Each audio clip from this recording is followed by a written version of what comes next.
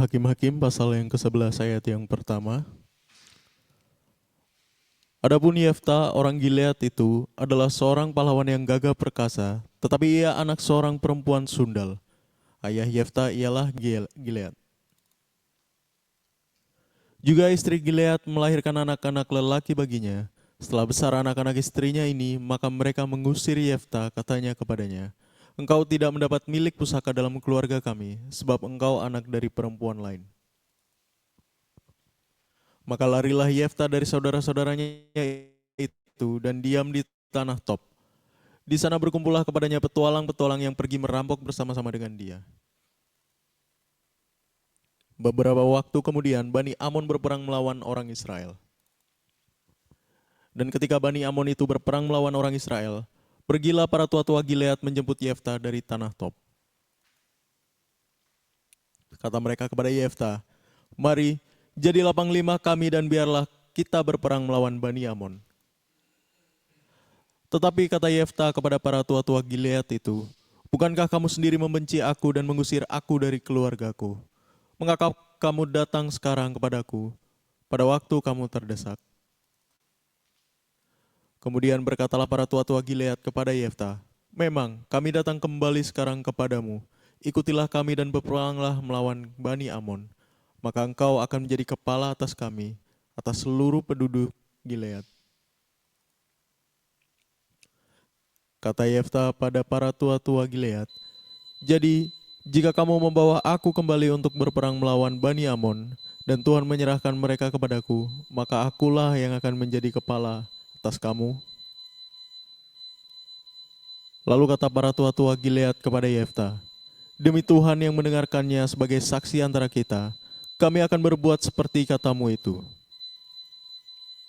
Maka Yefta ikut dengan para tua-tua Gilead, lalu bangsa itu mengangkat dia menjadi kepala dan panglima mereka. Tetapi Yefta membawa seluruh perkaranya itu ke hadapan Tuhan di Mizpah. Kemudian Yefta mengirim utusan kepada Raja Bani Amon dengan pesan, "Apakah urusanmu dengan aku sehingga engkau mendatangi aku untuk memerangi negeriku?" Jawab Raja Bani Amon kepada utusan Yefta, "Orang Israel ketika berjalan keluar dari Mesir telah merampas tanahku dari sungai Arnon sampai ke sungai Yabok dan sampai ke sungai Yordan. Maka sekarang kembalikanlah semuanya itu dengan jalan damai." Lalu Yefta mengirim pula utusan kepada Raja Bani Amon dengan pesan, "Beginilah kata Yefta, orang Israel tidak merampas tanah orang Moab atau tanah Bani Amon. Sebab ketika berjalan keluar dari Mesir, orang Israel melalui padang gurun sampai ke Laut Teberau dan tiba di Kades.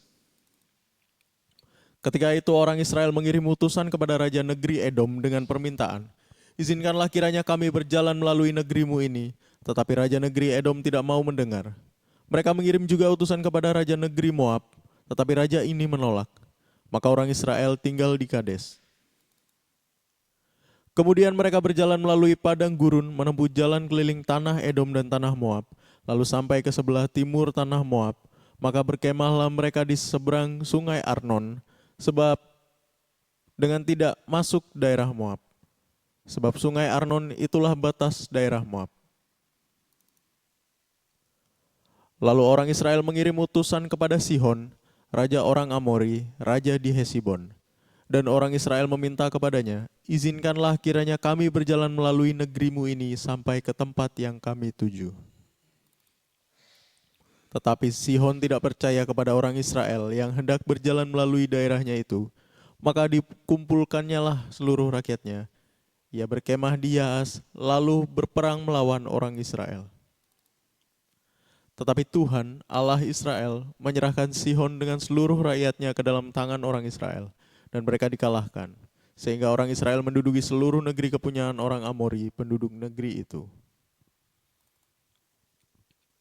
Demikianlah dimiliki orang Israel seluruh daerah orang Amori itu, dari sungai Arnon sampai ke sungai Yabok, dan dari padang gurun sampai ke sungai Yordan. Maka sekarang Tuhan, Allah Israel, telah merebut milik orang Amori bagi Israel umatnya. Apakah engkau hendak memiliki pula tanah mereka itu? Bukankah engkau akan memiliki apa yang diberi oleh Kamos Allahmu, Demikianlah kami memiliki segala yang direbut bagi kami oleh Tuhan Allah kami. Lagi pula, apakah engkau lebih baik dari Balak bin Zipor, Raja Moab? Pernahkah ia menuntut hak kepada orang Israel atau pernahkah ia berperang melawan mereka? Ketika orang Israel diam di Hesibon dengan segala anak kotanya di Aroer, dengan segala anak kotanya, dan di segala kota sepanjang kedua tepi sungai Arnon selama 300 tahun. Mengapa pada waktu itu engkau tidak melepaskan kota-kota itu? Jadi aku tidak bersalah terhadap engkau, tetapi engkau berbuat jahat terhadap aku dengan berperang melawan aku. Tuhan Hakim itu, dialah yang menjadi hakim pada hari ini antara orang Israel dan Bani Amon. Tetapi Raja Bani Amon tidak mendengarkan perkataan yang disampaikan kepadanya oleh utusan-utusan Yeftah. Lalu roh Tuhan menghinggapi Yeftah. Ia berjalan melalui daerah Gilead dan daerah Manasye, kemudian melalui Mispa di Gilead. Dan dari Mispa di Gilead ia berjalan terus ke daerah Bani Amon. Lalu bernazarlah Yeftah kepada Tuhan, katanya, "Jika engkau sungguh-sungguh menyerahkan Bani Amon itu ke dalam tanganku, maka apa yang keluar dari pintu rumahku untuk menemui aku pada waktu aku kembali dengan selamat dari Bani Amon, itu akan menjadi kepunyaan Tuhan dan aku akan mempersembahkannya sebagai korban bakaran." Kemudian Yeftah berjalan terus untuk berperang melawan Bani Amon, dan Tuhan menyerahkan mereka ke dalam tangannya. Ia menimbulkan kekalahan yang amat besar di antara mereka, mulai dari Aroer sampai dekat Minit, 20 kota banyaknya, dan sampai ke Abel Keramim, sehingga Bani Amon itu ditundukkan di depan orang Israel. Ketika Yeftah pulang ke Mispa ke rumahnya, tampaklah anaknya perempuan menyongsong dia dengan memukul rebana serta menari-nari. Dialah anaknya yang tunggal, selain dari dia tidak ada anaknya laki-laki atau perempuan. Demi dilihatnya dia, dikoyakkannya lah bajunya sambil berkata, "Ah, anakku, engkau membuat hatiku hancur luluh dan engkaulah yang mencelakakan aku. Aku telah membuka mulutku bernasar kepada Tuhan dan tidak dapat aku mundur." Tetapi jawabnya kepadanya, "Bapa, jika engkau telah membuka mulutmu bernasar kepada Tuhan, maka perbuatlah kepadaku sesuai dengan nasar yang kau ucapkan itu, karena Tuhan telah mengadakan bagimu pembalasan terhadap musuhmu, yakni Bani Amon itu." Lagi katanya kepada ayahnya, "Hanya izinkanlah aku melakukan hal ini. Berilah keluasan kepadaku 2 bulan lamanya, supaya aku pergi mengembara ke pegunungan dan menangisi kegadisanku bersama dengan teman-temanku." Jawab Yeftah, "Pergilah." Dan ia membiarkan dia pergi 2 bulan lamanya. Maka pergilah gadis itu bersama-sama dengan teman-temannya, menangisi kegadisannya di pegunungan. Setelah lewat ke 2 bulan itu, kembalilah ia kepada ayahnya, dan ayahnya melakukan kepadanya apa yang telah dinazarkannya itu. Jadi gadis itu tidak pernah kenal laki-laki, dan telah menjadi adat di Israel, bahwa dari tahun ke tahun anak-anak perempuan orang Israel selama 4 hari setahun meratapi anak perempuan Yeftah, orang Gilead itu.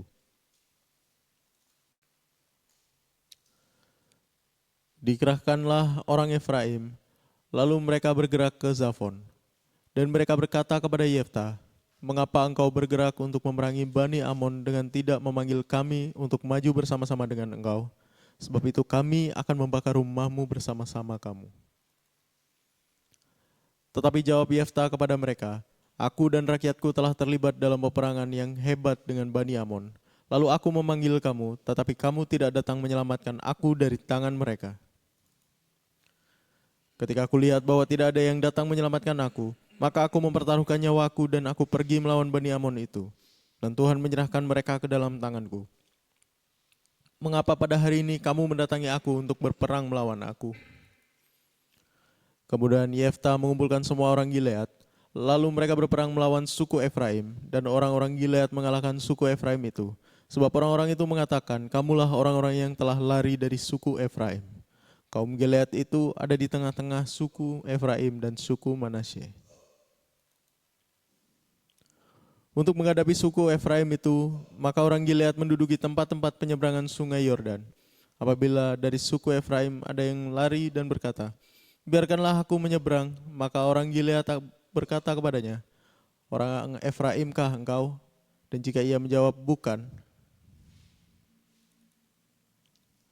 maka mereka berkata kepadanya, coba katakan dahulu Sibolet. Jika ia berkata Sibolet, jadi tidak dapat mengucapkannya dengan tepat, maka mereka menangkap dia dan menyembelihnya dekat tempat-tempat penyeberangan sungai Yordan itu. Pada waktu itu tewaslah dari suku Efraim 42.000 orang. Yefta memerintah sebagai hakim atas orang Israel 6 tahun lamanya. Kemudian matilah Yefta, orang Gilead itu, lalu dikuburkan di sebuah kota di daerah Gilead.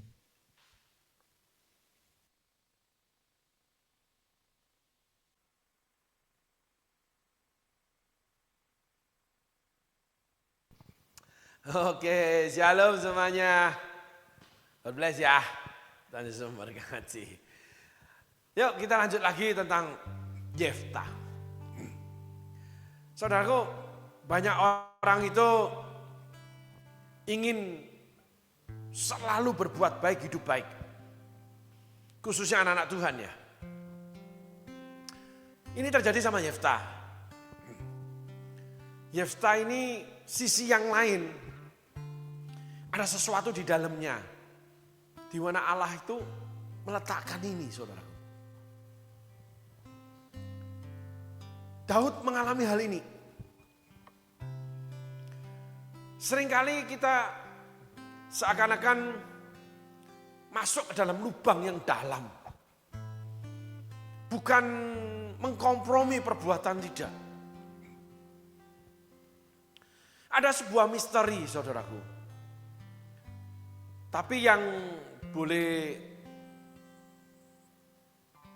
diambil kesimpulan, entah benar atau tidak, Tuhan itu memberi kesempatan untuk berbuat, memberi kesempatan untuk melakukan sesuatu. Tuhan juga memberi kesempatan untuk berbelok ke arah jalan Tuhan. Orang itu bisa salah karena keadaan, saudara. Saya mengenal ada cerita seorang teman, ketika dia bermasalah, dia masuk ke dalam hukuman, dia masuk ke dalam sel, di mana di dalam sel itu, menurut pendapat umum, itu orang-orang yang jahat. Tetapi oleh karena media informasi hari ini yang luar biasa, itu juga ada orang-orang yang tidak jahat, saudara. Ada orang-orang yang dianggap jahat, dianggap salah, itu berbeda. Lalu ada orang yang oleh karena keadaan, dia melakukan perbuatan yang dianggap salah atau dianggap jahat. Contoh, ketika kepepet, orang itu bisa melakukan banyak hal sesuai dengan instingnya saat itu, sesuai dengan tingkat pengertian intelijensi dia. Contoh yang paling gamblang, saya pernah ceritain ayah saya. Ada di sebuah pasar malam pada zamannya ayah saya. Kalau sini dianggap kayak di depan mall. Pasar malam ini ramai banget. Dan banyak orang berjualan. Lalu ada seseorang laki-laki. Dia itu diteriakin, maling, maling. Dia berlari sembari memasukkan 2 makanan bakpao ke dalam mulut dia. Jadi dia lari sembari jejelin makanan, saudara. Ternyata dia mengambil dari penjual bakpao yang dia buka tutupnya, ya, lalu meladeni pembeli. Dia lari, dikejar, dipukulin. Kebetulan papa saya ada di tempat itu. Dan ayah saya bicara begini, nasihat orang tua itu penting, itu akan tercatat di hati anak. Kalungkan pengajaranku. Amsal selalu mau ngomong terhadap anak-anaknya. Nah, ayah saya ngomong gini, menurut papa, orang itu enggak perlu dipukulin. Orang itu lapar. Karena dia mengambil makanan langsung dimasukin mulut karena dia lapar. Sehingga ada sebuah peristiwa ketika teman saya itu masuk di sel di kantor polisi. Ditangkaplah seorang laki-laki yang memperdagangkan istrinya. Istrinya diperdagangkan. Tertangkap oleh polisi di hotel dan terbukti dia menjual istrinya. Masuk ke dalam sel. Kalau cerita itu Abraham dengan Sarai, saudaraku. Baik, kasih Tuhan itu tidak ada batas. Tuhan itu tidak melihat keberadaan kita. Tuhan itu selalu melihat penderitaan kita karena dosa. Itu betul, saudaraku. Sehingga kita kasih kesempatan Tuhan. Nah, teman ini cerita. Ketika laki-laki ini ditangkap dimasukin sel, itu tanda kutip dianiaya oleh sesama napi. Karena masuk menjual istri. Dan mereka berkata-kata gini, karena teman saya di tengah-tengah mereka. Kami ini masuk penjara karena memberi nafkah terhadap keluarga. Walaupun itu salah secara hukum, saudaraku. Ya, atau pelanggaran terhadap aturan negara. Kami ini melakukan hal-hal seperti sampai penjara. Karena kami ini ingin memberi nafkah sama keluarga, menghidupi keluarga. Kamu bisa jual istri. Dianiaya dia, saudara. Nah, kita balik ke Abraham. Abraham karena kelaparan, dia masuk ke Mesir. Sebelum pergi menjadi utusan Tuhan, dia udah pesen. Adik jadi istri. Bukan adik kandung. Bahwa kalau orang tanya, kamu jangan bilang istriku ya. Kamu adalah adikku. Karena dia tahu, dia berjalan di dalam jalan itu banyak hal nanti.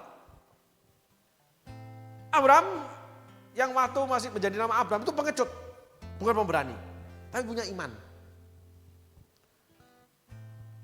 Akhirnya karakter ini yang kita harus pelajari dari Abraham itu menghasilkan kerusakan sampai menjadi bangsa tegar tengkuk, sampai harus dimasukin yang namanya perbudakan 400 tahun. Pada keturunan keempat, anak-anak Yakub. Saudara, 400 tahun.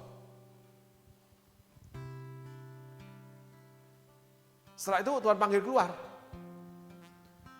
Ketemulah Musa, Yosua, ketemulah kita hakim-hakim ini. Yefta juga sama. Kita pelajari Yefta. Yefta akhirnya bergabung dengan para perampok. Yefta menjadi perampok. Kenapa Yefta jadi perampok? Karena dia membangun dirinya dan dia mengenal Tuhan. Yefta tidak punya panutan. Yefta punya orang tua yang bersundal ayahnya, lalu punya anak yang namanya Yefta dari seorang sundal, lalu dibawa masuk di dalam keluarga daripada istri-istrinya. Yefta itu anak yang terhina, anak yang dari dunia yang ibu yang rendah, hina. Yefta itu masuk itu betul-betul dalam posisi hina. Sampai ketika anak-anak laki-laki yang lain dewasa, Yefta diusir. Yefta tidak punya panutan orang tua. Kenapa? Karena dia diusir. Berarti ayahnya tidak mempertahankan dia. Ibunya apalagi? Yefta dibenci sama tua-tua kota. Berarti Yefta ini ada kenakalan di dalamnya. Yefta membangun diri, mendekat sama Allah, dia tidak bergaul peminum dan sebagainya. Dia menjadi ahli perang. Dia punya kepandaian. Tetapi di dalam diri Yefta itu ada sakit jiwanya. Kekerasan yang dia alami melahirkan sakit jiwanya. Kenapa? Karena perasaan dia terkoyak. Dan karena terbiasa terkoyak, akhirnya menjadi lumrah. Itulah pergaulan yang buruk, saudaraku. Banyak anak-anak yang tercebur ketika remaja dewasa, masuk ke pergaulan yang buruk, itu dia terbiasa. Karena di masa kecilnya, dia terbiasa terkoyak. Saya salah satu korban dari hal itu. Dan saya pelaku. Masa kecil saya setiap hari dipukulin oleh ibu saya. Dan ada satu kesalahan yang dibuat. Cara mendidik anak. Di mana setiap sekolah saya itu enggak dibawain bekal uang untuk jajan. Kenapa? Karena takut jajannya kotor, sakit. Dibawain roti, dibawain susu. Bosen. Gitu. Dan caranya itu dengan kekerasan. Pokoknya enggak boleh. Gitu. Akhirnya saya memiliki cara apa yang saya ingini saya dapatkan, namanya anak kecil. Saudaraku, saya ingat sekali. Itu ada kantin sekolah ya, warung sebetulnya. Ya dulu belum kantin tapi kan warung. Itu ada dua, tiga, satu di sana, satu di situ, satu di sini. Yang di sini jualan es kelapa muda, es dawegan. Untuk anak murid SD, saya masih SD, masih kecil, SD yang dari TK saya. Saya ingat banget. Kan anak itu waktu istirahat selalu berlari bermain. Saudaraku. Itu setelah habis berlari bermain, saya ini saudaraku, pergi ke warung itu, saya cari gelas itu yang gak habis minumnya. Saya minum. Sisa. Jadi anak-anak itu beli ya, tentu minum. Terus gak habis ditaruh itu kotor itu sana ya. Saya minum itu saudaraku. Itu kenapa bisa ingat banget? Karena itu melekat saudara. Ada intuisi, ada rasa manusia yang memang dari lahir itu sudah ada. Karena manusia itu ditiupkan nafas Tuhan. Walaupun sebelum terima Yesus masih mati. Tapi itu ada di dalam intuisi itu. Rasa malu. Sehingga anak-anak kecil ketika dia mendapatkan namanya bullying kehidupan. Baik verbal, baik itu yang namanya audiovisual. Terus indera perabaan, apa yang terjadi di dalam hati dia, di dalam perasaan dia. Itu merobek, mengkoyak saudaraku. Nah dari hal itu ketika saya agak gede sedikit SD-nya, kelas 4 mungkin kelas 5. Bisa timbul pikiran, ibu saya itu di ranjangnya kamar ibu saya itu berdampingan kamar saya. Ya, tempat pintu. Dan selalu dibuka kalau tidak tidur. Itu di meja riasnya di sebelah ranjang ada yang namanya celengan ayam-ayaman. Dan setiap kali ibu saya itu setiap pulang dari kerja, itu selalu memasukkan uang, saya ingat Rp1.000 zaman itu. Nah, saya bisa terbesit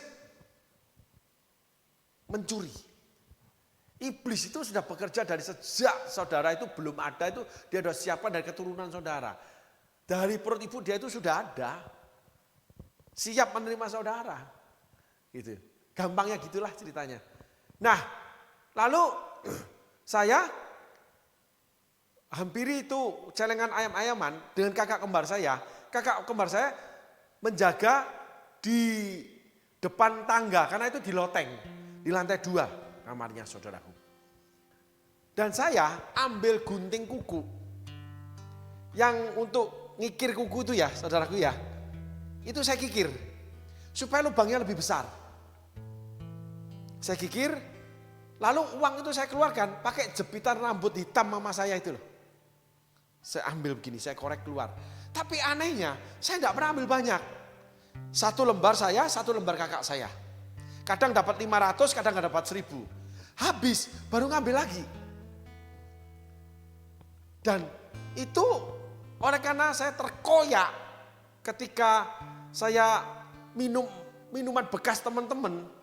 Teman-teman jajan kan ada ya anak orang kaya, anak orang biasa tapi bawa uang banyak. Itu kan biasanya saling pamer, lalu saling ngobrol. Sembari main kan anak-anak kecil saudaraku. Wah, kamu ini kenapa? Apalagi anak kecil kan biasa ledek-ledekan. Saya tidak memasuki waktu itu, tidak masuki dunia itu. Jadi saya datengin tempat pembuangannya, saya minum. Dan itu nggak sengaja terkoyak harga diri itu saudara. Yang membuat akhirnya pintunya itu salah satunya di sana. Iblis teriakan pencuri. Dan saya mencuri. Dan bisa sampai titik nggak ketahuan sampai hari ini. Nggak ketahuan sampai hari ini saudaraku. Dan anehnya saya tidak ambil banyak. Selembar cukup. Dan mama saya kalau penuh selalu dipecah, diambil. Tidak pernah tahu dia. Setiap hari dia memasukkan uang itu. Penuh, dipecah, ganti baru. Dan saya pasti ambil, tapi nggak setiap hari ambil. Kalau setiap hari ambil ketahuan, tapi nggak kepikir itu saudara, nggak kepikir. Jadi bawa uang, bisa beli pangsit mie, bisa beli nasi campur, es cendol. Anak itu lugu banget. Saya itu lugu banget. Mestinya kepikir kan ambil 2 toh. Enggak, ambil 1. Saya 1, kakak saya 1. Pokoknya kalau habis, ambil lagi. Dia jaga, saya yang nyongkel. Gitu. Berarti di dalamnya itu ada lugu. Tapi oleh karena keadaan orang tua ciptakan, menjadi pencuri. Nah inilah salah satunya contoh Yeftah. Kalau Simson tidak. Simson mengikuti keinginan dirinya. Lalu dia marah, dia hajar istrinya. Dia mengikuti dirinya tanpa peduli dengan hukum-hukum Tuhan. Padahal dia nasirnya Allah, hakimnya orang Israel. Dia tahu hukum Tuhan. Beda Simson dengan Yeftah, beda. Beda dengan Daud. Kejahatan, kesalahan yang dilakukan karena aniaya yang dia terima. Dengan kejahatan yang dilakukan oleh karena keinginan, itu beda saudaraku. Itulah di mana Alkitab itu menuliskan, itu kayaknya kok gampang banget ya orang ini diampuni. Kenapa Saul nggak diampuni? Kenapa Daud itu diampuni? Daud membunuh orang, Saul itu tidak loh. Cuma hewan aja. Cuma mempersembahkan korban aja 2 kali itu kok. Dasarnya, akarnya, salah satunya saudaraku. Masa lalu seseorang. Karena di dalamnya ada yang terkoyak, itu menjadi pintu. Dan itulah manusia lama saudaraku, itu manusia lama. Yang akhirnya kita harus tanggalkan manusia lama, kenakan manusia baru. Diberikan manusia baru yang terus bertumbuh. Tapi bertumbuhnya supaya menjadi besar, gagah perkasa di hadapan Tuhan, dewasa di hadapan Tuhan, indah di hadapan Tuhan. Itu harus dikasih asupan makanan, minuman daripada Roh Kudus sendiri. Kita kita minum dari roh yang sama. Makananku ialah menyelesaikan pekerjaannya. Di dalam pelayanan itu ada makanan keras yang harus dimakan. Supaya kamu bertumbuh dewasa dan matang. Orang yang meninggalkan pelayanan, lari dari pelayanan, nggak bisa bertumbuh dewasa dan matang. Itulah Elia. Abram menjual istrinya. Pengecut, takut. Akhirnya melahirkan keturunan yang wamburadul, saudaraku. Nanti kita bahas tentang kisah Abram. Cuma saya ambil sedikit. Yeftah lahir beda dengan Abram. Abram itu orang tuanya Terah itu kaya di Haran. Maka dia jual seluruh harta miliknya. Ya, lalu dia bawa ponakannya karena kakaknya mati. Lot namanya itu. Dia punya kasih. Tapi dia seorang pengecut. Anak mama atau anak papa deh, ceritanya gitu. Yefta lahir dari aniaya, lahir dari kurang. Kurang itu belum tentu kurang duit. Kurang kasih, kurang sentuhan, kurang pokoknya. Nah, sesuatu kurang yang berlebihan itu merobek jadi pintu buat iblis atau pintu buat dunia. Jadi ada orang-orang ketika diberkati Tuhan melampiaskan segala sesuatunya. Menjadi orang yang kelewatan. Kalau waktu miskin tidak bisa beli, dia kaya, dia beli segalanya. Ketika dia tidak dapat kasih sayang ayah, dia tidur dengan setiap laki-laki. Tidak dapat kasih sayang ibu, dia tidur dengan setiap perempuan. Itu bagian ini, tapi ini hasil ya saya bicarakan saudaraku ya. Karena saya salah satu pelakunya. Korban dan pelaku. Itu. Jadi saya bisa terangin saudara dari pelajaran hamba-hamba Tuhan ya yang membahasnya. Saya ambil inti sarinya. Nah, Yefta itu perempuan sundal pasti diperlakukan tidak baik dengan ayahnya. Ayahnya berperilaku tidak baik dan ayahnya tidak bela Yefta. Pintu itu ada. Sehingga Yefta gampang kumpul dengan perampok. Makanya pergaulan yang buruk itu sesungguhnya itu di pintu yang buruk. Bukan pintunya Tuhan, pintu yang benar. Pintu yang benar selalu ada di perbuatan yang baik. Ketika saudara menerima perbuatan yang baik, orang itu berdiri di depan pintu yang benar. Ketika nasihat, perkataan, omongannya itu buruk, orang itu sedang berdiri di pintu yang buruk. Gitu saudara. Keadaan itu di pintu yang buruk atau di pintu yang benar. Yefta itu terkoyak. Karena dia dibully, anak sundal, terendahkan banget. Terus diusir. Dan Yefta punya kenakalan. Kenapa? Dibenci dengan tua-tua Gilead, tua-tua kota. Berarti Yefta itu terkenal.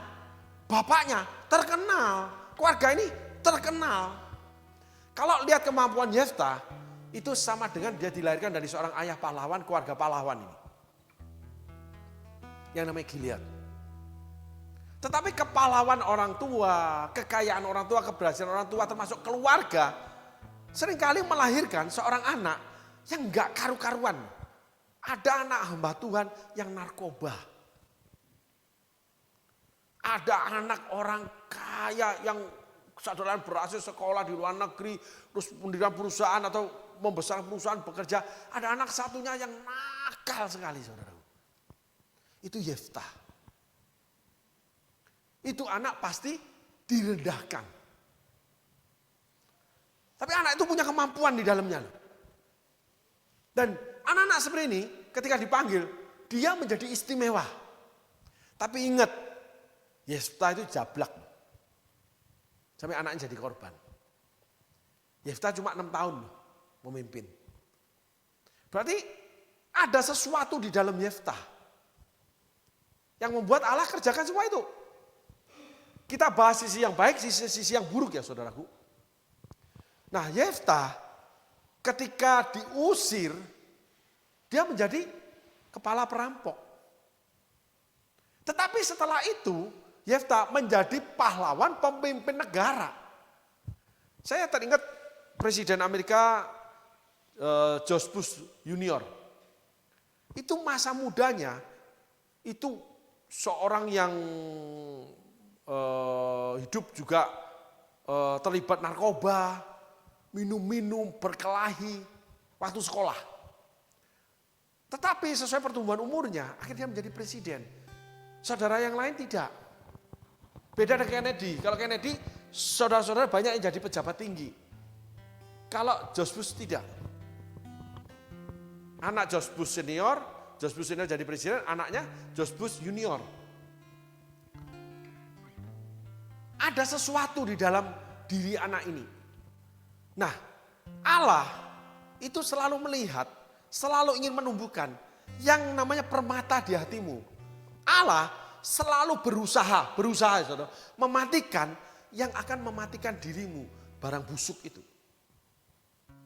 Permatanya dia ambil, dia akan pakai, ditumbuhkan sama dia. Tapi perbuatan jahatmu akan dimatikan sama dia. Tapi Tuhan selalu memberi kesempatan.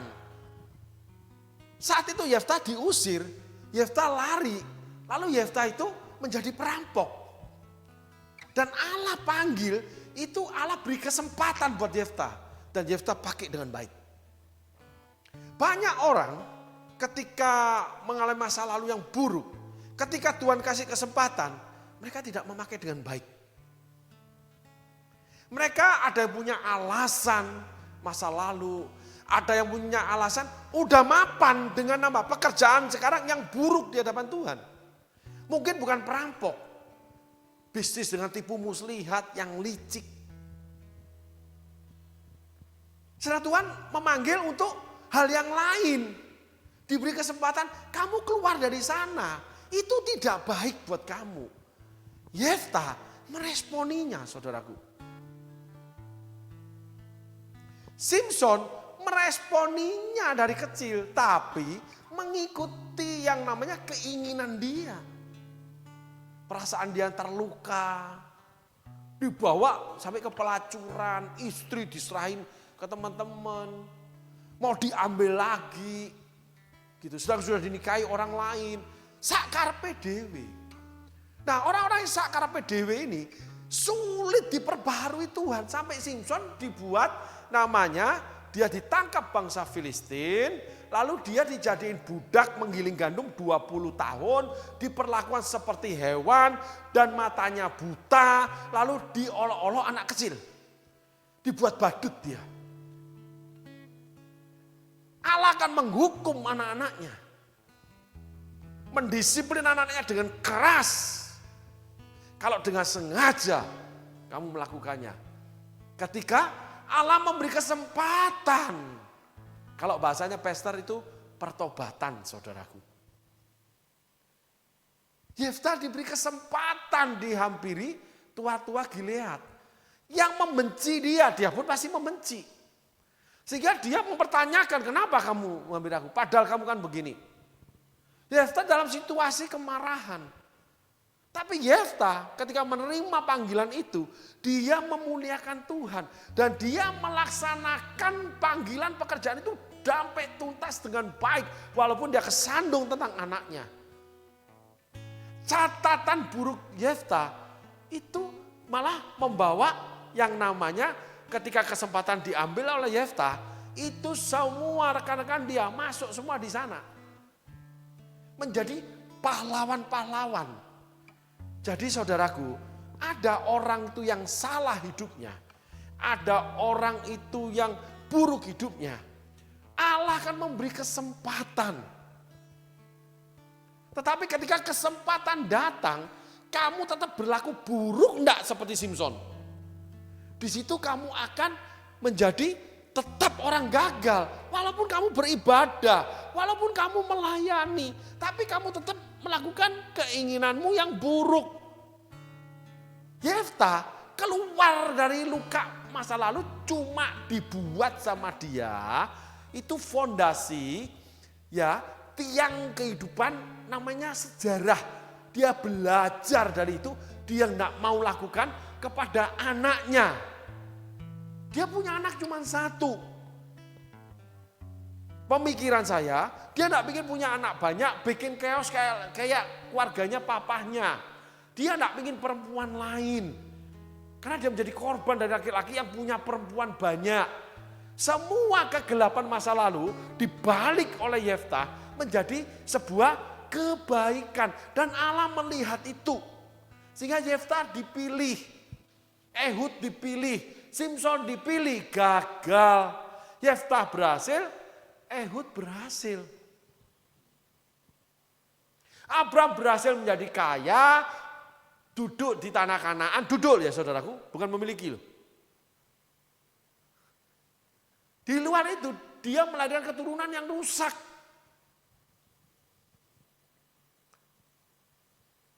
Keturunan dari Sarah juga termasuk dari Hagar. Karena perilaku buruk yang dibawa terus. Yang nggak mau berubah. Ada yang menolak kesempatan, ada yang masuk dalam kesempatan tapi nggak mau berubah. Tetap dengan perilaku lama. Tetap menerima segala yang buruk dari pintu yang buruk. Yefta membangun diri. Kita membangun diri. Yang kedua, kita harus membangun kekudusan. Kekudusan itu jangan terlalu diartikan suci. Melakukan yang sesuai firman Tuhan aja deh. Jangan korupsi, jangan dusta, jangan ini, jangan itu. Udah, belajar sendiri masing-masing kita ini. Gitu. Bisa gagal enggak? Bisa seperti Yefta. Tetapi kegagalan kita, Allah lihat akar masalahnya dari mana. Kalau Simson kegagalan karena dia mengawini perempuan Kanaan yang dilarang oleh orang tuanya, dilarang oleh yang namanya Taurat Tuhan. Enggak boleh kawin mengawinkan dengan bangsa Kanaan. Simson minta kekeh sampai akhirnya dikawinkan. Akhirnya dia sendiri ribut soal istrinya. Istrinya menjual dia kepada orang Filistin. Dan ketahuan Simson, marah Simson. Karena enggak nurut firman Tuhan. Enggak nurut nasihat firman Tuhan. Orang tua bilang ini enggak boleh. Kan kita enggak boleh kawin mengawinkan dengan gadis Kanaan oleh Allah. Enggak bisa, pokoknya aku mau. Enggak bisa dicegah, anak manja. Semua orang kalau dengan Tuhan bicara, pokoknya saya harus, itu anak manja. Dan itu separohnya sudah mengandung kejahatan atau dosa nantinya. Pasti itu. Kalau harus, kamu enggak mau ditawar Tuhan. Dan Tuhan akan diam. Kisah Simson, kisah Abram, itu menceritakan itu. Allah diam. Kisah Daud dengan Batseba, Allah diam. Kita nggak boleh bicara harus. Seperti Yesus, kalau boleh. Gimana ya Tuhan? Bisa enggak? Mengajukan. Ngomong, minta dengan segala kerendahan hati. Kalau Tuhan tolak berarti tidak baik. Kalau Tuhan tolak, nanti Tuhan gantikan yang lebih baik. Kalau Tuhan terima dan Tuhan kabulkan, ya itu puji Tuhan, masih selaras dengan kehendak Tuhan.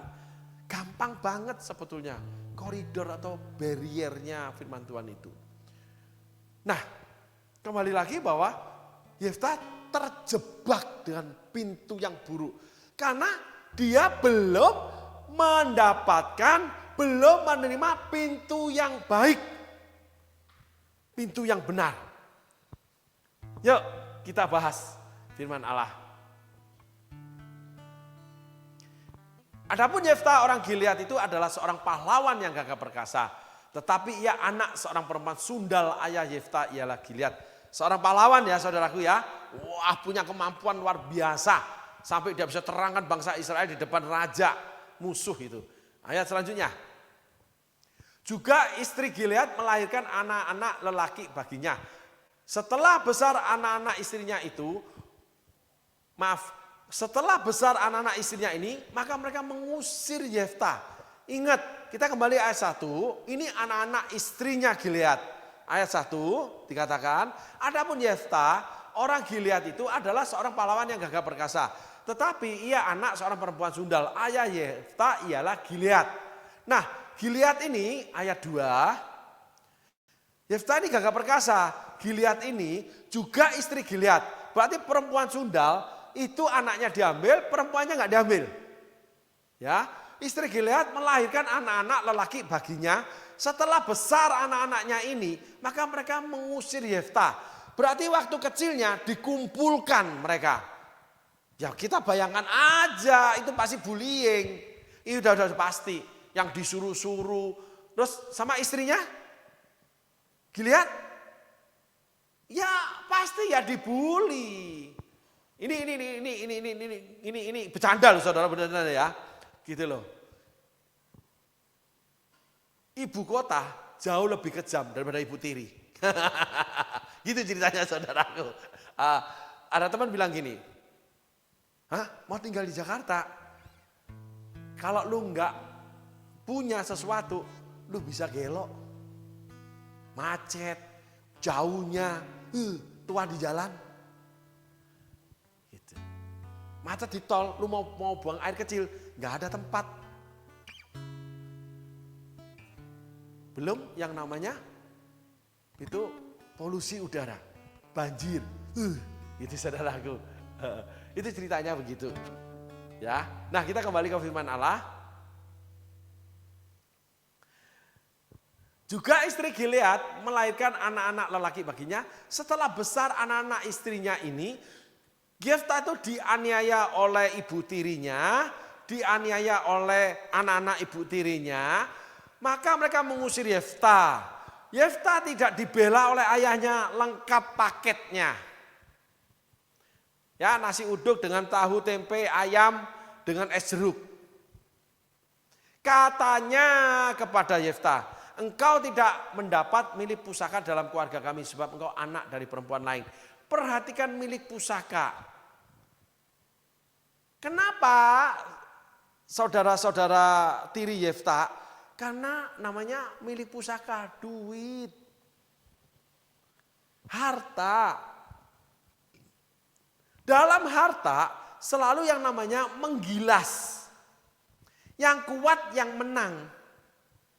Sehingga kalau di dalam kerajaan Allah, yang lemah yang dikuatkan. Yang direndahkan akan ditinggikan Tuhan. Yang meninggikan diri akan direndahkan Tuhan. Beda, dua pintu ini beda saudaraku. Yefta kenapa dipakai? Saudara-saudara laki-laki yang lain itu juga pahlawan. Karena bapaknya itu pahlawan. Pasti diajar dari bapaknya. Tapi tua-tua Gilead itu sampai benci. Karena ikut mengusir. Karena Gilead itu punya di dalam sakit, saudaraku. Sehingga dia terbiasa, nggak ada masalah kumpul dengan perampok dan merampok. Sebelum dipanggil Tuhan. Tapi Gilead mengenal Tuhan dari kecil. Ada banyak anak-anak kecil yang mengenal Tuhan karena orang tua, karena situasi lingkungan, itu menjadi buruk hidupnya. Oleh karena dia menerima yang buruk dari hidupnya. Terkoyak dia. Tetapi Tuhan ambil menjadi hambanya. Ada yang menjadi Simson, tetap buruk perilakunya. Dalam pelayanan, dalam mengikut Tuhan, sehari-hari nggak berubah karakternya. Tapi ada Yefta yang berubah menjadi betul-betul pahlawan tanpa cacat celah lagi. Pintu buruk itu dia nggak pakai lagi. Sehingga dia punya anak perempuan yang betul-betul terjaga dengan baik. Punya istri yang terjaga dengan baik. Tidak bersundal kayak ayahnya. Dan anaknya nggak mungkin diusir, nggak mungkin dibully. Protek banget Yefta ini. Anaknya cuma satu dia mau. Dijaga banget. Perubahan yang ekstrim karena sebab yang ekstrim. Yefta ekstrim diperlakukan. Dia melakukan ekstrim terhadap anaknya. Seseorang kalau diperlakukan ekstrim dengan buruk masa lalunya, ketika bertobat, ketika dia betul-betul bertobat, mau Tuhan, firman Allah, melayani Tuhan dan sebagainya, itu akan jadi orang ekstrim. Salah satu contohnya itu namanya Paulus. Aku penganiaya jemaat, aku rasul yang paling hina. Tapi dia yang paling mau menerima aniaya. Hidupnya lebih banyak di penjara. Dan selalu membagi hidupnya untuk pelayanan. Hidup untuk Kristus, mati adalah keuntungan. Prinsip yang betul-betul ekstra. Jadi ekstrim, saudaraku. Tapi enggak apa-apa. Sehingga kalau kita boleh melihat orang-orang yang punya karakter yang ekstrim dalam pelayanan, masa lalunya ekstrim. Enggak bisa dicegah. Tetapi ekstrimnya dalam pintu kebenaran. Tapi ada orang-orang seperti Abraham, ekstrim mengikut Tuhan, menerima kekayaan, tapi hidupnya tidak banyak melakukan kebenaran. Cuman kalau ada utusan Allah, dia ngasih aja itu persembahan. Tapi hidup sehari-harinya dengan istrinya, ya dia punya gundek, ngusir anak, tidak ada tanggung jawab. Saya sendiri menyerahkan istri, mengusir istri yang namanya Hagar. Kan ditulis dijadikan istri Hagar itu. Adat budaya Yahudi ya saudaraku. Ikut Tuhan sungguh-sungguh, melangkah ekstrim, tapi ketika menjadi kaya tidak ada perilaku baiknya. Itu Abraham. Kalau Paulus beda, ada ekstrim dalam kebenaran. Dirinya dikorbankan. Yesus ekstrim dalam pelayanan 3,5 tahun, dirinya dikorbankan. Kalau Abraham memberi persembahan kepada Tuhan, bukan dirinya yang dipersembahkan. Walaupun Allah menghargai Ishak yang dikasih dipersembahkan, tapi hidupnya amburadul. Inilah ceruk-ceruk celah-celah hidup rohani orang-orang Kristen, anak-anak Tuhan. Dan itu adalah pilihan saudaraku. Dan sekali lagi, ketika kita mengambil keputusan yang buruk, Allah itu diam.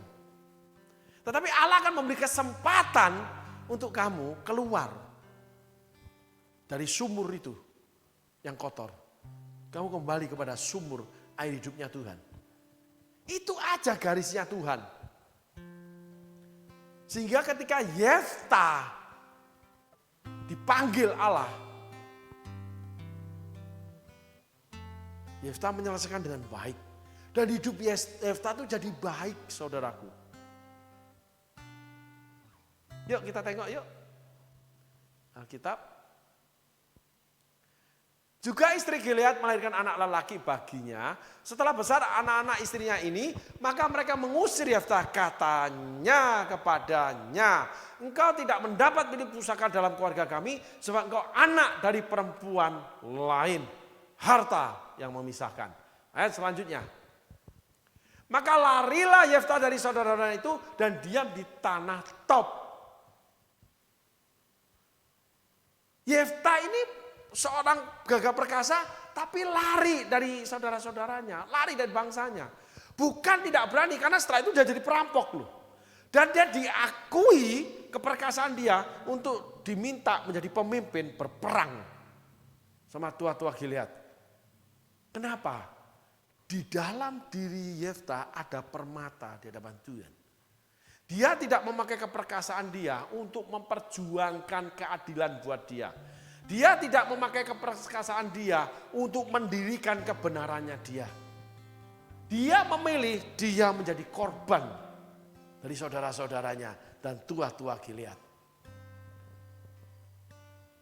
Manusia melihat penampilan, Allah melihat hati. Penampilan Yefta sebagai perampok, tapi Allah melihat hati Yefta. Dia bisa bunuh saudara-saudaranya. Dia bisa mengangkat pedang untuk tua-tua Gilead. Dia menjadi pemberontak, jadi perusuh. Tapi Yefta memilih lari ke tanah Tob. Ketika sesuatu yang tidak baik mendatangi saudara, saudara akan memilih melakukan masukan dari pintu yang buruk atau pintu yang benar. Pintu yang salah atau pintu yang baik. Saudaraku, itu adalah pilihan. Tetapi di dalam pilihan yang salah pun Allah melihat dasarnya, lalu Allah memberi kesempatan Yefta untuk keluar dari situasi. Karena Yefta melakukan itu ada penyebabnya menjadi perampok.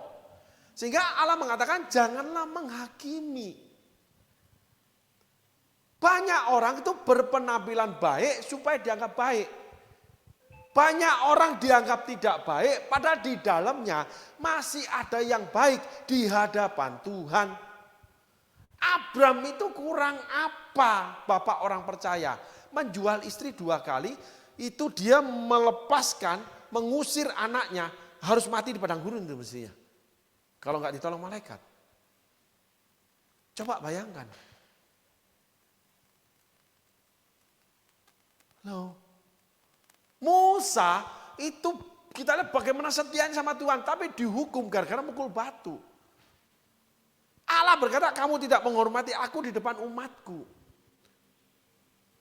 Dasarnya Allah ini yang kita nggak pernah tahu kenapa Allah itu memakai seseorang, mengampuni seseorang, lalu Allah itu tidak memakai, lalu Allah itu menghukum. Saul itu cuma namanya memberi korban persembahan, yang namanya itu terus dia itu melanggar perintah Tuhan dengan harus membunuh Raja Agag dan memusnahkan segala jarahan. Maksudnya baik, kan diberikan pada orang miskin. Dasar penilaian Allah itu unik.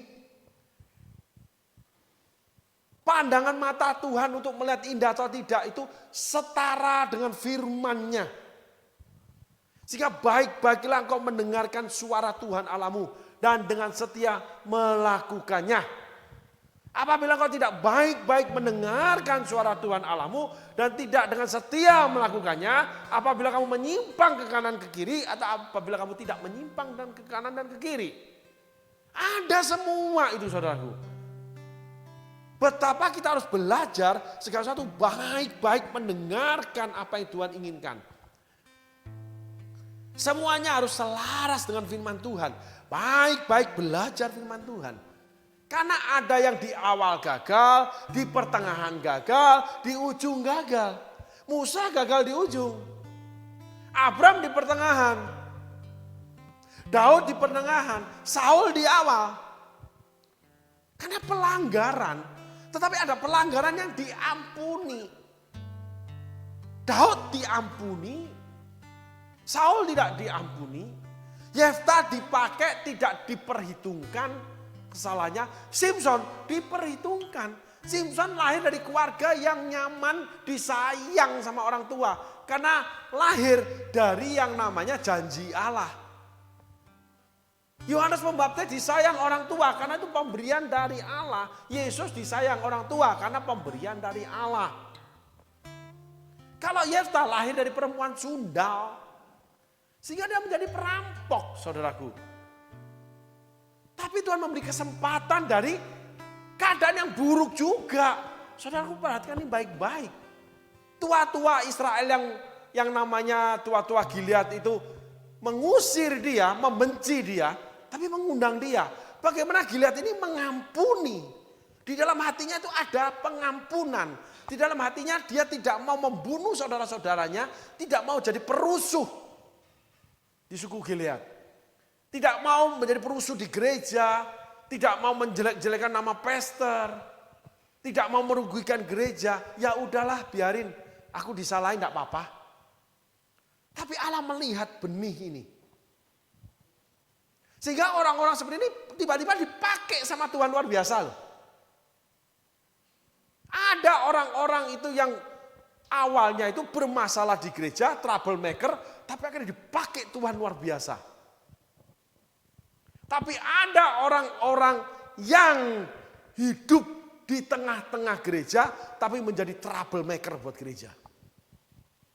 Membuat gereja itu pecah, mendirikan sinode sendiri, mendirikan pelayanan sendiri.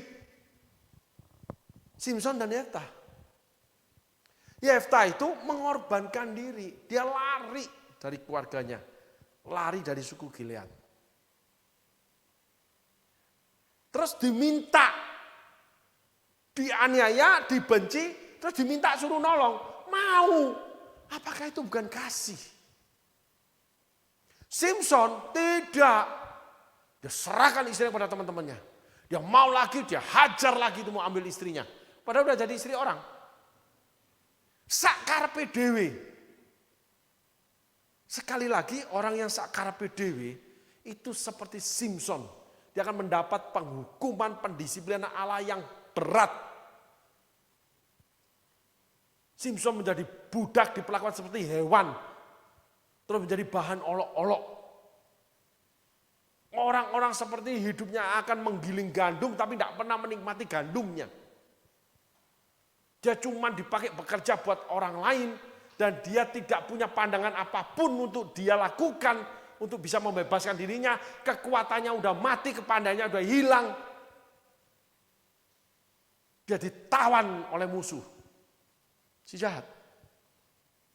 Dunia, orang-orang dunia, harta dunia, ditawan dia. Terus jadi bahan olokan. Gitu. Apakah badan Simpson jadi kurus? Enggak. Orang giling gandum pasti tetap berotot, saudaraku. Kelihatannya punya duit, tapi di dalamnya tidak ada duit. Semua hutang piutang. Apakah itu tidak ditawan oleh namanya kutuk hutang? Anak cucu orang benar akan memberi pinjaman, tidak meminjam. Yang ngajarin siapa? Orang tuanya. Belajar dari semut. Jadi orang tua dililit hutang, anak dililit hutang. Mewarisi perusahaan. Perusahaan penuh dengan hutang. Sehingga di tangan anak bangkrut akhirnya. Banyak peristiwa seperti itu. Aktivis gereja salah satunya juga. Iya, tapi enggak pernah berubah perilakunya. Kalau Yefta berubah, Simpson tuh enggak berubah. Sehingga mendapat pendisiplinan Allah. Yefta berubah. Amin, saudaraku. Yuk kita lihat firman Tuhan. Maka larilah Yefta dari saudara itu dan diam di tanah Top. Di sana berkumpullah kepadanya petualang-petualang yang pergi merampok bersama-sama dengan dia. Ayat 4. Beberapa waktu kemudian Bani Amon berperang melawan orang Israel. Dan ketika Bani Amon itu berperang melawan orang Israel, pergilah para tua-tua Gilead menjemput Yefta dari tanah Top. Berarti Yefta di tanah Top itu diketahui keberadaannya.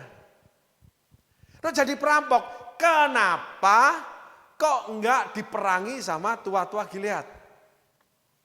Padahal mereka bisa perang kok.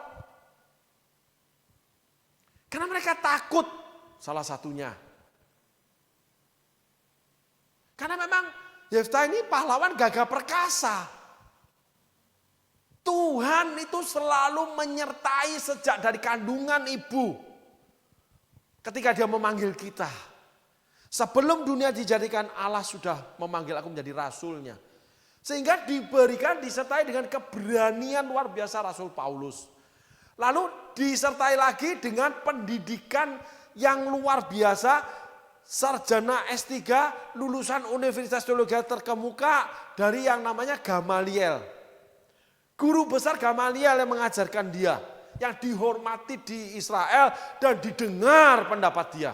Tokoh rohani yang sangat penting. Paulus itu anak didiknya. Dia punya kewarganegaraan Romawi. Allah persiapkan dari perut ibunya sampai kelahirannya, sampai warga negaranya, sampai segala yang dia miliki untuk nanti dia bagikan, dia tuliskan yang sekarang menjadi Alkitab, surat-surat dia yang membahas dari Taurat sampai ke kasih karunia. Dia membangun jemaat, tetapi sebagian besar Alkitab Perjanjian Baru yang terbanyak ditulis oleh yang namanya Paulus. Semua tokoh Alkitab sudah dilengkapi sama Tuhan untuk menyelesaikan seluruh panggilannya.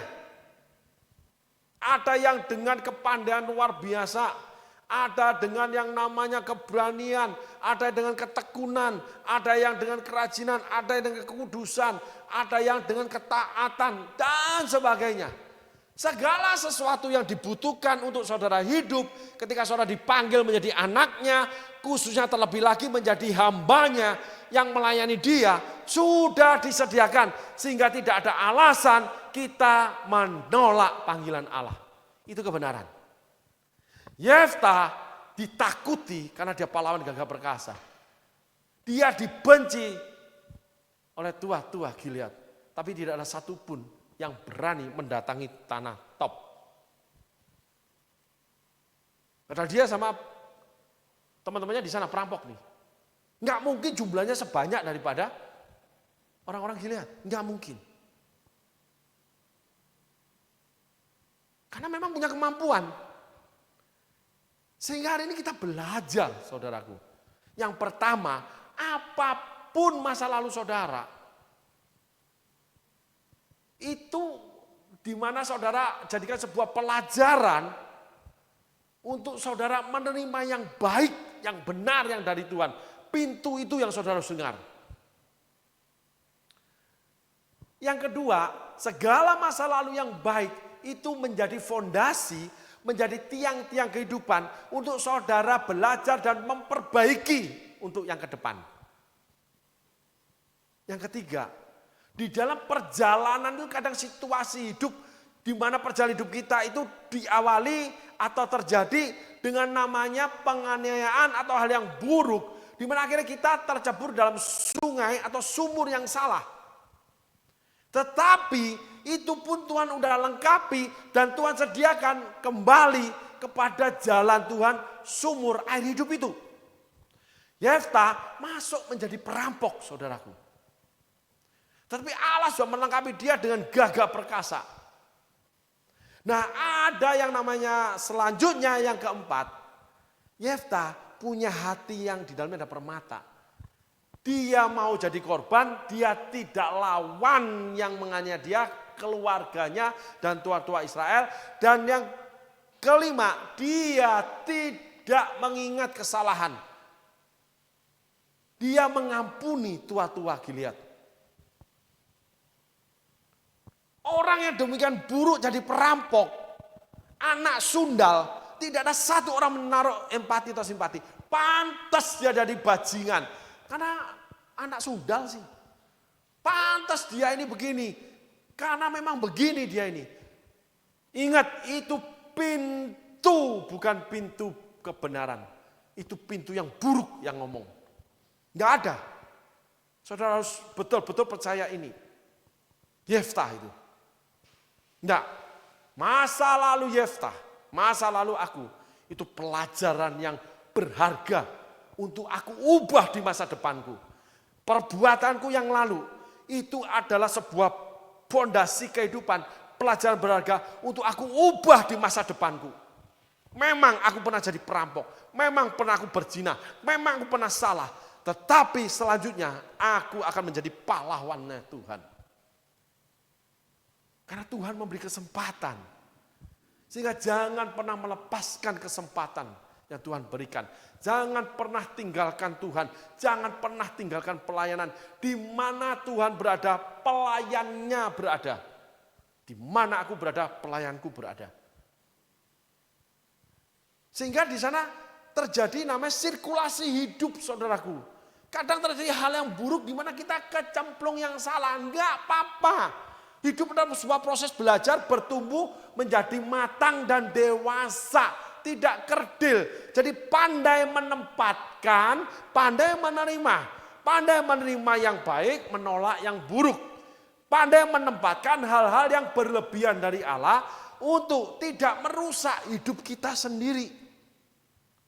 Khususnya hubungan kita dengan Tuhan, kerohanian kita, kekudusan kita, keharmonisan rumah tangga, pekerjaan kita, dan sebagainya. Karena firman Allah yang mengawalnya. Karena Tuhan yang menetapkannya. Tuhan ada di dalam rumah kita. Rumah artinya di dalam kehidupan kita. Di mana seluruh kehidupan, segala sesuatu yang berhubungan dengan kita ada di rumah kita. Kita yang menentukan. untuk menerima dan memasukkannya. Saudaraku. Baik, mari kita lanjut lagi tengok Alkitab. Kata mereka kepada Yeftah, mari jadilah panglima bagi kami dan biarlah kita berperang melawan Bani Amon. Saudara perhatikan, ada dua pengakuan di sini. Jadilah panglima buat kami, berarti diakui dia itu hebat, tidak terkalahkan. Merampok tidak pernah tertangkap, tidak pernah menimbulkan korban, tidak pernah ini, tidak pernah itu. Lalu berperang bersama kami, berarti suku Gilead punya angkatan perang yang bisa nangkap. Karena dianggap troublemaker mestinya. Karena dibenci. Tuhan memperlengkapi Yeftah. Dan selanjutnya yang keenam, Tuhan itu memperlengkapi setiap kita. Apapun posisi kita, saudaraku. Dalam kesalahan dan dosaku di kandung ibuku. Ampuni semua dosa kesalahanku. Setiap hari aku bergumul dengan pelanggaranku. Daud. Allah mengampuni. Tetapi sebuah karya yang indah itu bisa lahir dari kesalahan, saudaraku. Karena Allah itu seorang kreator yang sangat tidak terbatas. Tidak dibatasi oleh kesalahan saudara dan saya. Tidak dibatasi oleh pelanggaran setiap anak-anaknya terhadap aturan-aturan atau firman-Nya dia. Dia sanggup memulihkan segala sesuatu. Dia sanggup memberikan yang lebih dan lebih. Yang baru dan yang baru. Dalam kelemahanmu kuasaku sempurna bekerja. Di mana dosa melimpah-limpah, di situ kasih karunia melimpah-limpah. Tuhan bisa jatuh hati dengan Yedijah, anaknya Batseba yang kedua. Yang pertama dimatiin Tuhan. Hati Tuhan itu kasihnya tidak terbatas. Sehingga kita harus membatasi diri dengan pintu kebenaran. Lalu menempatkan segala sesuatu walaupun itu yang dari kebenaran. Ketika berlebih-lebih kita harus menempatkan di ruang-ruang yang Tuhan sediakan. Ada yang berbagi A, berbagi B, ada yang mempersiapkan untuk masa depan keluarga, ada yang untuk menyenangkan pasangan, ada dan sebagainya. Tidak memuaskan hawa nafsu diri sendiri dengan keinginan karena tertarik di dalam persaingan dengan orang-orang dunia. Di situ akan terjadi pembunuhan pesaing kita. Ada yang menjelek-jelekan gereja. Ada yang menjatuhkan pelayan-pelayan Tuhan yang lain. Ada yang menganiaya pasangan, menjelekkan pasangan. Ada yang ABCD. Segala sesuatu yang tidak dikenan Tuhan. Yang tidak selaras dengan firman. Yeftah selaras. Dia menjadi korban, dia tidak membalas. Nah, ketika dia dalam keadaan yang buruk, dia tetap tidak membalas. Keberadaan hidup Yeftah bahkan diakui sebagai panglima. Panglima pemimpin. Berarti Yeftah mengembangkan kelompoknya walaupun disebut perampok. Dan diakui kelompoknya itu kalau menyerbu itu seperti tentara yang berperang. Yang membuat pemimpin Gilead, tua-tua Gilead dan orang-orang atau tentara Gilead itu tidak berani menjamah. Bahkan Tuhan kalau bekerja itu tuntas. Tuhan kalau memberi itu yang terbaik, saudaraku. Mengangkat Yeftah jadi pemimpin. Dari lubang yang buruk, dari selokan, dari sumur yang buruk. Tuhan sanggup mengangkat setiap anak-anaknya menjadi yang terbaik dan diakui. Tetapi sekali lagi kita harus kembali bahwa kita harus menerima dari pintu kebenaran. Bukan pintu yang buruk, pintu yang baik yang selaras dengan firman. Dan kita harus menempatkannya di tempat-tempat ruang-ruang yang disediakan oleh firman Allah. Apabila kita diberkati, kita harus jadi berkat. Kita nggak boleh mengambil milik punya orang lain. Kita nggak boleh berdusta. Jangan, jangan, dan jangan. Itu yang membuat Yefta akhirnya dia mampu memiliki keluarga yang tidak sama dengan masa kecil dia. Dia punya anak yang tidak sama dengan apa yang dia alami di masa kecil dia. Bahkan dia menyelesaikan panggilannya. Karena Allah meninggikan dia. Dan Yefta berubah karakternya. Tidak menjadi perampok. Tapi menjadi pahlawan Tuhan. Amin saudaraku. Hari ini kita belajar banyak poin dari Yefta. Di mana apapun keadaan kita tetap harus menerima. Harus mendengarkan, harus mau menerima dan melakukan dari pintu kebenaran. Yaitu hal-hal yang baik. Tetapi kita harus menolak, menjauhkan diri dari pintu yang buruk, hal-hal yang buruk, dari orang-orang yang buruk, pergaulan yang buruk. Kita harus tetap tinggal di dalam rumah yang Tuhan sediakan. Tinggal di tengah keluarga, tinggal di tengah komunitas, tinggal di tempat pekerjaan yang semuanya termasuk pelayanan yang Tuhan sediakan. Lalu kita mulai menempatkan hal yang baik itu di ruang-ruangnya hati Tuhan. Sehingga apapun yang kita terima dari Tuhan itu akan mulia. Artinya menjadi berkat. Kepandaian yang jadi berkat. Ya, kemampuan rohani jadi berkat. Kekayaan yang jadi berkat. Kekuasaan yang jadi berkat. Keberhasilan yang jadi berkat. Sehingga segala sesuatu yang kita terima, karena Tuhan yang meninggikan kita, tidak akhirnya membawa kita pada kematian atau dosa. Seperti Daud ketika sudah berhasil menjadi raja, jalan-jalan di atas sotoh, jatuh kasus Batseba. Seperti Abram, di mana dalam perjalanannya menjual istri dan tidak tanggung jawab sebagai orang tua terhadap Ismail. Kalau Yefta, dia adalah korban, tetapi dia tidak menjadi pelaku kejahatan. Tuhan Yesus berkati. Terima kasih saudaraku.